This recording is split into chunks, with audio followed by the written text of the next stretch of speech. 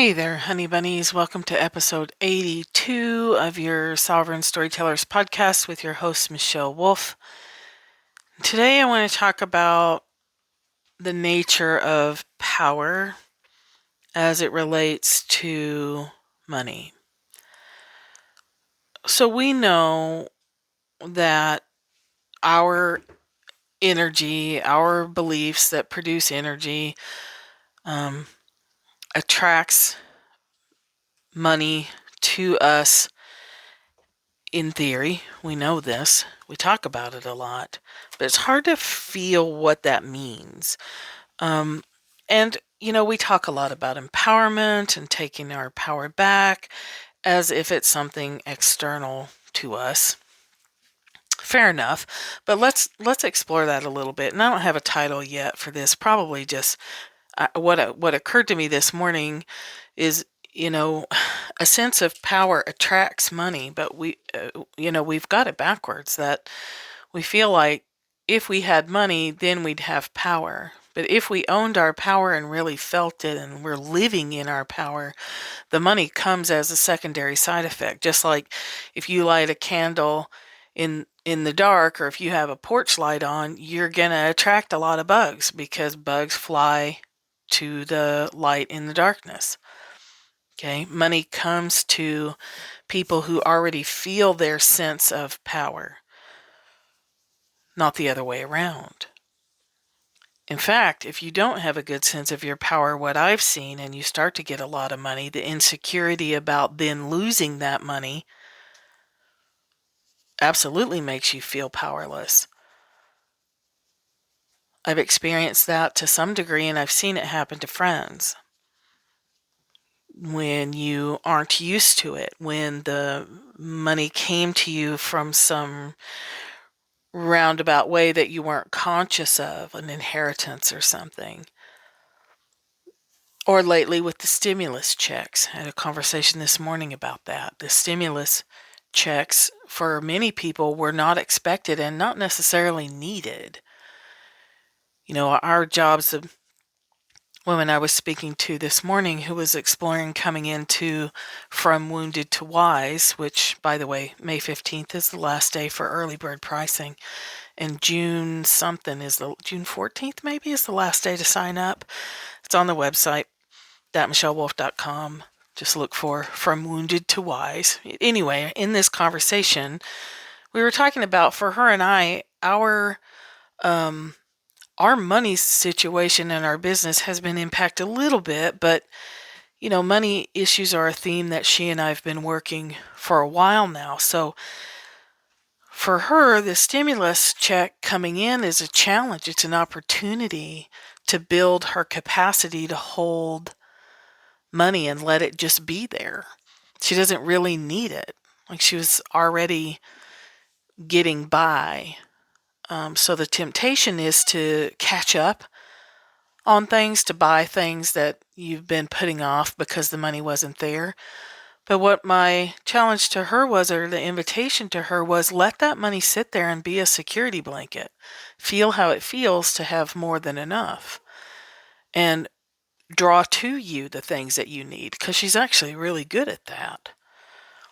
Start holding events and sell tickets and let those ticket sales buy the other thing that you want that needs to be bought new.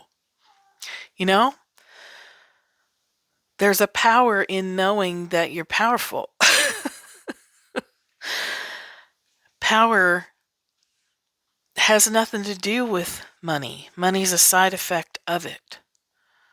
Going back to the candle in the darkness. The grossest thing in the summer is trying to burn a candle and keep the frickin' moths out of it. First of all, I feel bad that they die a fiery, waxy, gross-ass death. And second of all, it's like, well, but I want to burn a candle. How do I keep the moths out of it? Because I live in the woods and we have lots and lots of bugs. Okay. So, what does that mean? You have to have your inherent sense of power. We start exploring our power to control our environment when we're 2-ish, around 2 to 3 years old. The terrible twos is 2-year-olds discovering that they have some power, that they can do things and create reactions, not in a manipulative way, just as in a cause and effect way. Their favorite word is no, and you can't make me. I will not do this thing you ask. Okay, so what also happens when we're two is the adults around us are trying to keep us safe. So we end up being frustrated because our parents will not let us lick the dog food, you know, or do the thing that we want to do because it will kill us, only we're two and we don't know that. But the misinterpretation that can happen at really young ages is that we're powerless, that the big people can overpower us, that the people we see with the power to literally kill us, the people who control the food source, that's when we start saying, oh, they're powerful and I'm not because they can overpower me and I can't do what I want. Okay, these are the early seeds of that. And depending on, if you were actively abused for trying to express your power, those early messages can be embedded even stronger. So then when we start exploring as adults, and then of course various traumas and things happen all through school, all the messages that you're not powerful. We live in a capitalist, gone crazy society. Healthy capitalism is a completely different topic, and that's not what we have. We have, at the moment, a dictatorship structure, every dog for themselves kind of structure. Healthy capitalism is different.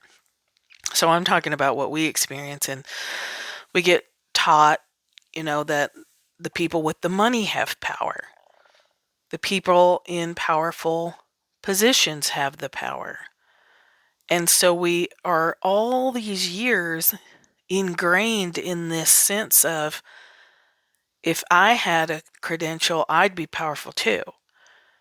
If I had a fancy this or that, then I'd be powerful. If I had X number of dollars in the bank, then I'd be powerful too. So there's all these factors, our personal history, the training to be good factory workers, the training that the boss has the power and you don't. And if you want the money in order to eat and in order to survive, then you need to squash your power down and shut the fuck up and go back to work. So we, unless we're born into it, can have a mighty difficult time awakening to and remembering that our power is inherent, and that inherent power, when we own it, attracts money, not the other way around. Often they've done studies that often very wealthy people think they have worked hard for it because they don't see, and they can't see, they're born into it. They don't see the hands up. They don't see the advantages they got. They don't see the privileges of their color and socioeconomic status. They don't see it. It doesn't feel real to them. So they're very offended when you say, you didn't actually work for that. It was pretty well handed to you. And we have a thing that says you have to work hard for it. So thinking about that, if you're struggling with money, this comes up all the time in my sessions. So how do you feel about power as a woman? I run a daily, 6 days a week, One Command for Wealth group on Voxer through Patreon. And we're always often one commanding around power. How do we expand our definition of power as a woman? How do we drop the shackles of what our culture has said about being powerful women? Oh, you're a ball buster. Oh, you're a dragon lady. Well, nobody wants to be that. Only now I'm like, yeah, that's right, bitches. I'm going to bust me some balls around here. But that's like the first stage of it. But the deepest thing that came through for me this morning is power is not outside of you. Neither is safety. I've been talking to a lot of people lately about that Matt Licata quote, safety is a feeling you give yourself. Nothing outside of you is safe because nothing outside of you is certain or static. Everything is constantly changing. The first tenet of Buddhism. Everything is impermanent. Every little thing is impermanent. And our mind's desperation for certainty trips us up. The answer is not to look outside of yourself and try to hammer down security and make sure you have all the components lined up so that you can be safe. It's to understand that there is no safety in that way. You're safe regardless, because safety is inside of you, not outside of you. There's literally nothing you can do outside yourself that will guarantee that you will not be hurt. That's what it's about, right? We don't want to hurt. We don't want to be hungry. We don't want to suffer. We don't want to see our family suffer. We don't want to see our pets and our neighbors suffer. We don't want to see the environment suffer because we don't want to feel pain. And it, like, I hope this is at least somewhat coming across coherently. When we get used to the idea and comfortable with the pain that is inherent in a human existence, we don't scurry around freaking ourselves out and wasting a lot of time and energy trying to build external structures that won't create an illusion of safety so that our mind can settle down. And even if you do that, you may notice that your mind then just finds something else to grind about. Crazy Aunt Agnes in the attic thinks of something else to drive you nuts with. Your border collie brain runs around and she's done eating the sofa, so she starts gnawing on the dining room table legs. It's always something. So just let Agnes and the border collie do what they do. Safety isn't out there. Money isn't out there. Power is not out there. The way to the money is internal. You can't take your power back. You could never give it away. That's an illusion. How can you give your power away? I want to see somebody demonstrate that. You can't take something inside your body and hand it over to someone else. That's power. I mean, I guess you could yank your kidney out and hand it over to somebody else. That'd be quite an interesting thing to see, and probably messy as fuck, but you know what I mean? Show me how you do that. It's a concept. Giving your power away to someone means that you're going to listen to them and make them the authority over you. That's not a thing unless we make it a thing. It's not real. You're as powerful as you say you are, but that requires you then to dismantle your thoughts and conditioning around that word being in a female body or a minority body. Somebody who in our culture, basically everyone who's not a white male, no offense guys, but it's true, has to dismantle these structures, these mental concepts that we've been taught and we've taken in and we've amplified and made them our own, these weird illusions around this word power. And until we do, money's going to continue to be a struggle. You can't be seen for your business if you're uncomfortable being seen, and generally you're uncomfortable being seen because you have not resolved this tangled up shit around this word power.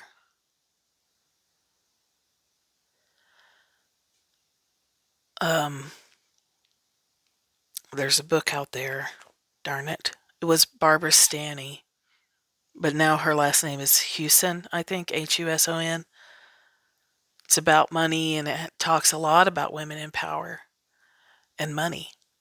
If you're not comfortable with power, you're not going to be comfortable with money, and you can work your ass off to build a business and it won't make money because money equals power and you're not comfortable with power.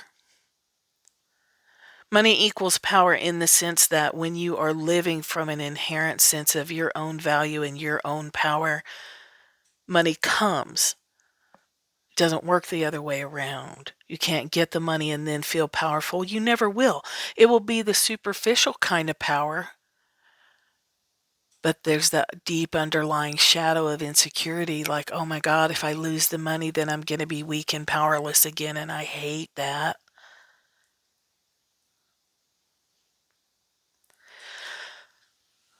So where are you at? This is a lot about throat chakra stuff in human design. Well, in any design, any system that deals with energy centers, but in human design, I did a class the last week, or was it this week? My God, this week feels like it's been a month long.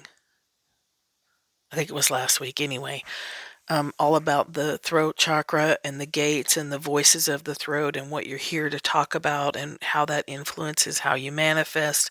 But when we're talking about speech, you have to talk about power because the word is powerful. We speak things into existence. Are you comfortable knowing that? Are you letting yourself be conscious of what you say, which includes what you write? Let's say, are you comfortable with what you communicate, however you communicate that? Whether it's like this on a podcast episode or a blog post or whatever. What are you communicating? What would it mean to communicate from a sense of inherent power, that what you have to say, just because you're here in a body and you're capable of communicating, that's enough. That alone makes it valuable. That alone makes it valuable. It doesn't fucking matter if somebody then buys a product from you based on what you just said. That's great if that happens, but it's not the point. How comfortable are you speaking your truth? How comfortable are you speaking out a sacred no? No, I am not interested in that. No, I do not want that. I love you, but no. I love you and no. I think you're great and no. I have nothing scheduled and I also still will not come help you move. No. How comfortable are you with that, knowing that the other person is going to be disappointed or even hurt by your no? What's the priority ranking for your well-being versus their disappointment? These are important questions. If we believe human design, and I love how my teacher Karen Parker talks about this, we're moving from a currency of work your ass off to earn your value to make money to a currency of well-being, that the happier you are is going to be how you make your money. Your understanding of your own inherent value is how you attract money to you, because if you understand you're valuable, then you understand that you're powerful, and the money comes as a side effect. It's a cause and effect natural consequence. If you are vibrant and alive and powerful and sharing your magic with the world, then who the fuck is not going to want to work with you? People are going to want to work with you. This is what I've learned through human design. The more I shine, the brighter I get, the easier it is to find, to be found by the women who are truly ready to step into the containers I create and experience transformation just by being there. They don't even really have to work that hard. The container is set to unwind the stuff. The hard part is sitting with the feelings that come of that and training your body's nervous system to tolerate discomfort in ways that it's not used to, because you blocked your awareness of your body so long ago, back when you had to, air quote, give your power away. It can't be given away. These are some mental illusions we need to break down, and we need to break them down now.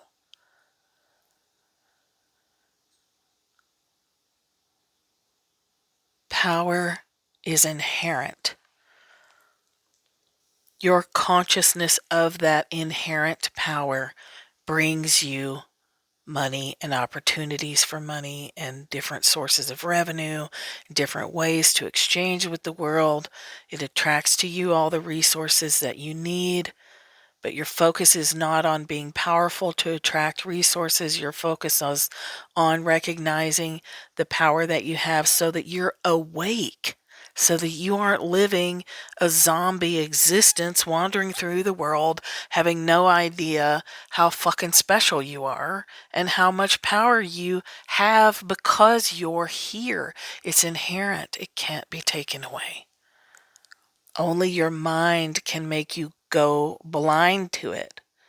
These stories, we talk a lot in From Wounded to Wise about the inner storyteller that can only tell the stories of what you've lived and what you've been told until you wake up and say, wait a minute, I don't know that I want to live feeling powerless anymore. I don't know that I want to continue moving through the world as if what I have to offer is worth a quarter when it's worth $1 million. So I'll tell you a couple things that started off this deeper level of awareness. These are things and you do too, probably know from logic and all the stuff you've read, that it's not that power attracts money and power is inherent, but the feeling of it. So it's a little bit of a long story and kind of ridiculous one. When we first moved out to North Georgia in 2015, we had a neighbor. We live in the teeny weeny little section of the forest. It's about 15, 20 minutes away from town. So it looks more isolated than it is. And it kind of feels isolated now because it's just me and one other neighbor out here. But we first come here, there's an old man lives out here, and he had a lot of dogs. And the dogs were just like community dogs. They ran around, and people come out on the weekends, and they're just free roaming dogs. Well, over time, as happens to free roaming animals, they disappear or they die, and there's one left. Well, when there was 2 of them, we had them, me and my ex-husband. But I didn't take care of them because I have all these freaking cats to take care of and grandkids. So the dogs were his responsibility. When we split up and he went back to Colorado, the dogs went to the neighbor's house. And he took over. Well, then one of the 2 disappeared. Don't even get me started. It's a huge soapbox, and I'll go on forever and make us all crazy with it. Anyway, her brother disappeared, and now she's here. She's never been alone. He's never outside. She's an outdoor dog, so to speak. She gets lonely. So she comes through my cat door, and basically she's moved back in. Well, because of her rough upbringing, she's submissive. So if you're like, move, get out of my way, I'm going to trip over you, I'm trying to cook, she balls up and rolls over instead of just moving out of the way like a dog with healthy self-esteem would just move the hell out of the way. She rolls over and cows. And it drives me nuts. So I'm always talking to her. Baby, her name's a baby.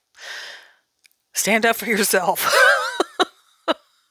All you got to do is stand up and walk out of the way. You don't have to roll over and get all balled up like she just shrinks. And because she was abused,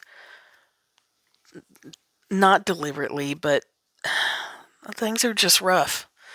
Country people do things differently. And I'm always like, baby, stand up. Quit rolling over. And so, of course, when that's happening a lot, I have to apply that then to myself. Why? For one, has this dog moved back in when I don't even want a dog? And I'm not going to say she can't sleep on the couch every night. Come on. But why does it bother me that she rolls over like that? So when stuff's going on in your life like that, why does it bother you? Just asking that question alone, like, why is this bugging me? Why does it piss me off when she rolls over like that? Why do I get mad at her when she's acting powerless when she's not? And so, of course, that train of thought becomes, well, of course she feels powerless. She doesn't, that's what she was taught. When she did puppy things, she got yelled at so much that now a raise, even a slight raise in tone, like, dog, get out of the way, I'm trying to cook, will cause her to roll over. It bothered me because I do the same thing. About money. I still have this illusion that because the business, this came from Steph Lagana, my business coach, like, she asked me, are you thinking that because it's not making money that it doesn't have value? Or I forget how she phrased it, but I was like, yeah, it is what I'm thinking. If the thing that I'm doing isn't making money immediately, I think it's no good. What the fuck? So then that goes to, why is every fucking thing about in life that measure of value have to do with a dollar sign? If it doesn't have a dollar sign attached to it, it's not valuable? That is insane. That is insane. So if we are people that have a longer journey around money because of lineage and history and trauma around money, etc., that automatically means we don't have value. That's what we've been taught. If you don't have the right clothes, you're not valuable. If you don't have the right car, home, if you have a southern accent, you're immediately not valuable. You're seen as stupid, all the stuff. If you don't have the right color skin, you're not valuable because you don't have money, because you're stuck in a cycle of poverty, because you don't have the right, you know? At some point you're like, whoa, what the hell? This is crazy. You have value because you're here in a human body listening to another crazy person rant on her podcast. What does that say about both of us? But you know what I mean? We've got to get it. The old ways of making money are breaking down. Obviously. We've got to get it that our power is inside. Our safety is inside. Our sense of well-being is inside, and we're the only ones that can change that. It's not our fault that we were trained in the way we've been trained, but it is our responsibility to wake the fuck up and change it. We're the only one who can change it. Nobody else can reach inside our little pea brain and reprogram the stuff. We have to do it ourselves. And it's okay to be mad about it. It's okay to be sad about it. And then you have to go, well, fuck. I guess I'm going to have to do it myself. And actually, that's going to feel pretty goddamn good. When you do it yourself and you go, hold on. I'm not disempowered. Yes and no. We can get into the semantics of it, but I'm talking about the internal sense of your value that gives you an inherent sense of power. You could be living under a bridge and feel powerful if you wanted to. If you were awake enough to go, oh my gosh, the system I'm stuck in has me looking at it all ass backwards. Let me reverse the view here and see what I can see. Let me see what I can wake up to.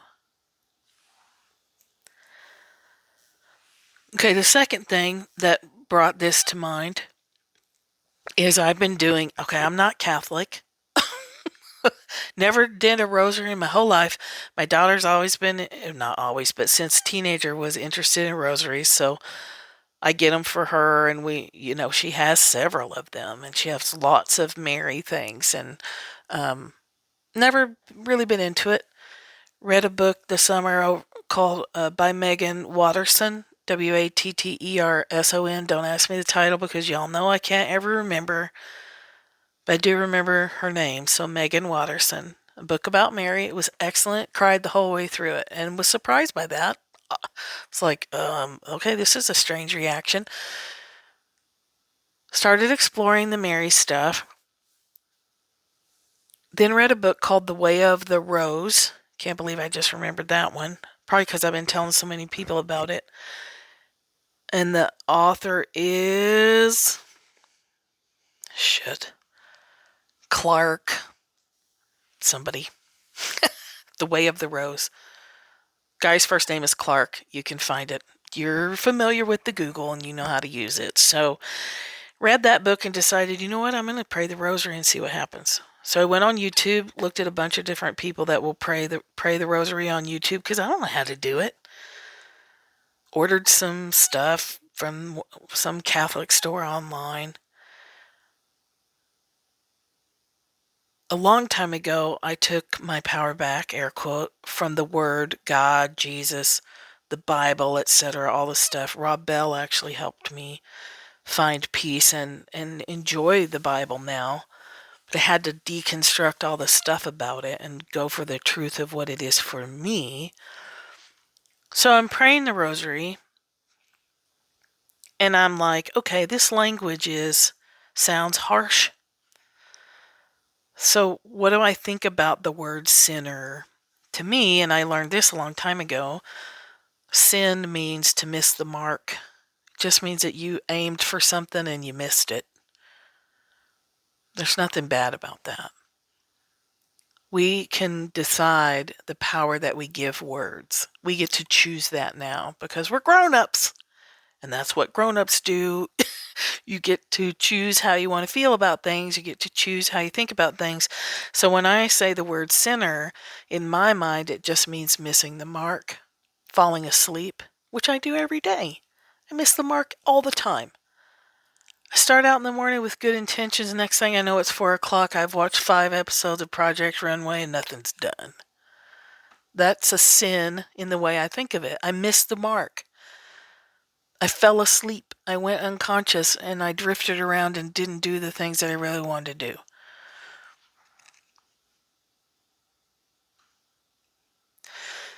So sin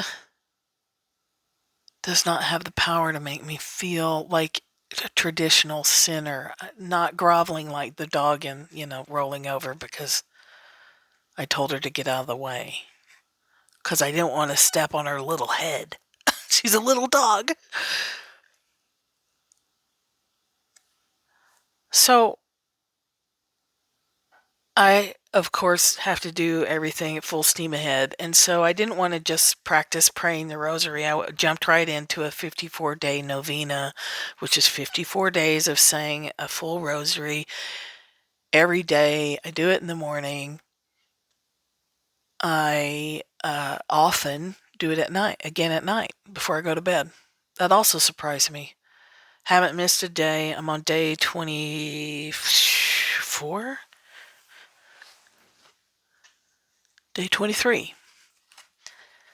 You do 27 days of asking for what you want, and the other 27 days is gratitude, whether you have the thing or not. 2 moon cycles, by the way. This is heavily goddess-based. I love it. The more you dig into it, the better it gets. So I've been contemplating, how do I take my power back out of these words that sound terrible? At the end, you say, the Hail Holy Queen. I'm doing the Mary Undoer of Knots novena for 54 days, if that matters to you. It's this submissive stuff. To thee do we cry, poor banished children of Eve. To thee do we send up our sighs, mourning and weeping in this valley of tears? On the surface, you're like, damn, could that be more victim-y? Like, here I am, I'm so pathetic. I'm crying and screaming in this valley of tears. Please come and save me. But on the other hand, aren't we doing that in our head all day long? We torture ourselves. We scare the shit out of ourselves. We feel poor and banished. Crying, sighing, moaning, mourning, weeping in a valley of tears inside our own head. When I look at it that way, it's like, yes, of course I do that. And I do want somebody to save me from that. Save me in not come and rescue me, but save me by waking me up. And that's what the rosary does. It's opening up more and more awareness. Little insights will pop in while I'm fiddling with the beads, which, by the way, the blue bobcat jewelry, which is my mom, made me a beautiful rosary out of labradorite. Fantastic. Love fiddling with it. So that occurred to me, like, yeah, we do that in our thoughts. It's easy to say that when I'm like, yeah, I do that in my thoughts. One of the other pieces of it is the Fatima Prayer. Oh my Jesus, forgive us our sins, save us from the fires of hell. Lead all souls to heaven, especially those most in need of thy mercy. Amen. Forgive us our sins, save us from the fires of hell. I don't believe in hell. Hell is right here. So that's another place where I was like, yeah, I don't have to feel that way about that. I like the sound and the rhythm of the words. But I do want to be forgiven when I miss the mark. But I need to forgive myself. Although I do love Jesus. I'm a Christ consciousness, which is different from the man Jesus. Whatever. I'm not going to go off on that tangent. Although it is tempting. Tangent temptation. Save us from the fires of hell. Yes, please. Save us from the fires of our hellish thoughts. Save us from the fires of these hellish illusions that some schmuck has our power because they have more credentials than us, and they have more money than us, therefore they're powerful and we're not, and blah, blah, blah, here we go. Can we maybe just stop that? I don't know. What do you think? Does it sound like maybe we should stop that? Now when we've got this opportunity, when a disease is roiling through the world, that talk about an equalizer. Death is the great equalizer. So is this virus. Everybody's scared. Everybody is disrupted to some degree. I don't care how much money you have. Something is disrupted for you right now. Which may be another reason why this is flowering in my consciousness. Like, whoa, wow, I've really got this messed up. I've really got this twisted up. Okay, so for yourself, look at where are you pursuing credentials because you've equated it to power, because you've equated it to having value, because you're trying to earn legitimacy. Maybe consider knocking that off. Where are you feeling like you have no power because you are trained to not express your voice in the world, to not be seen, to not be heard? Maybe consider knocking that shit off. How do you feel about being powerful in the world? Whether you're male or female, but this really does strike women of, how do you feel about being powerful? How do you feel about being seen as a leader? How do you feel about the responsibility that comes with being seen and being powerful as a successful businesswoman? How do you feel about that? Really, how do you feel about it? Not just, yeah, I feel fine with it. It's going to be great. It's going to be awesome. I'm going to love it. It's going to be the shit, man. No. Think about it. Really think about it. You wake up tomorrow and your business is powerful. That means you've got to set some boundaries. That means you've got to be able to say no. How do you feel about that? Those things are directly related to how much power you let yourself be aware of that you have and that you exercise. You have to exercise your power to set boundaries and hold them when you are successful and in high demand. You can't serve everybody. How do you feel about it? Power is inherent, and the inherent power, when you own it, attracts money. That was the message this morning. Very clear, crystal clear. All these pieces came together. It was my hey dummy moment for this week. A little piece of wisdom from that person there, a little interaction with a client here, a dog I can't get out of my house there, saying the rosary and I'm not even Catholic. You know what I mean? This is how life shows us this is how the answers come. This is how life shows us what the block is. It doesn't come and remove it and hand you a check for $50,000.